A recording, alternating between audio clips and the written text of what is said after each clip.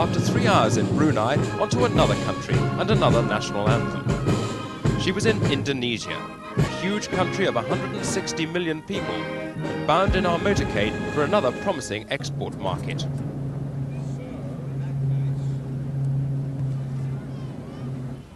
President Suharto showed her to the guest wing of his palace.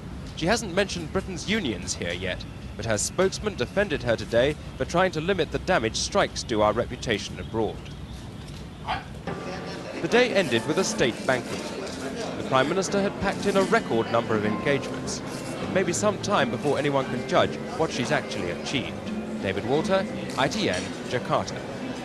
David Walter, News at 10, Jakarta. Ignoring criticism from home, Mrs. Thatcher pressed on with her programme today, spending 2 hours talking at the palace to President Suharto, a strong anti-communist who's run Indonesia for nearly 20 years. Mrs. Thatcher seems to have got on well with him. And she certainly prefers this kind of demonstration to the ones which sometimes confront her at home. Her entourage went native for the afternoon in batik shirts, while the Prime Minister decided to take a peek behind the mask, to check perhaps that Arthur Scargill wasn't behind it.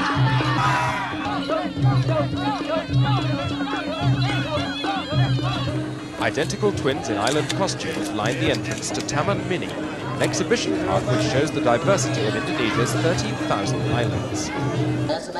Their territory stretches an eighth of the way around the globe. The park gives Indonesians and passing prime ministers some idea of the scale. Soon it was all aboard for the trip round the lake. They stuck to the bus. There wasn't time for a ride in the swan boats. This is the pace at which Mrs. Thatcher likes to see places. On the left, a Batak house. And that was Bali. But there was time to see a Balinese temple. Britain has had a lot to learn about Indonesia ever since the Dutch gained control here in the 19th century. Mrs. Thatcher wants to increase the goodwill towards Britain. What better way than to plant a tree? Oh yes, that's an excellent tool. On then to one of Jakarta's most exciting buildings, the IMAX cinema. To see on the giant screen, but just a stone's throw from the sophisticated modern centre of the city is a part of Jakarta that Mrs. Thatcher won't be seeing. A part which shows that this country still has a great deal of poverty. Like most cities in the developing world, Jakarta can't cope with all the country people who come in looking for work. Indonesia's population is rising fast. Jakarta could go from 6 to 20 million inhabitants by the end of the century. But the trends aren't all bad. There's enough rice grown in Indonesia to feed everyone in the country.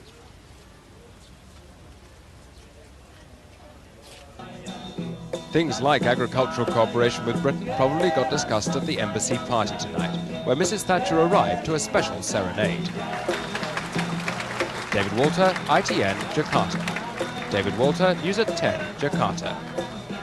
Hegemony is now becoming more crucial.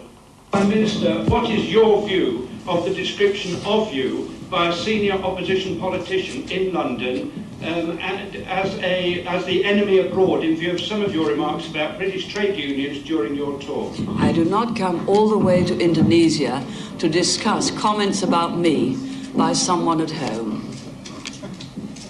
Reverting just for a moment to the Labour Party, their argument... I don't see why you should. Look, we are in Indonesia. We're having a press conference with our Indonesian guests. My interest at the moment is not in the Labour Party, and I'm sure you'll understand that I do not feel I can say anything constructive about it. Prime Minister, there is a great deal of interest in this subject. Well, maybe, but let us have our Indonesian guest first.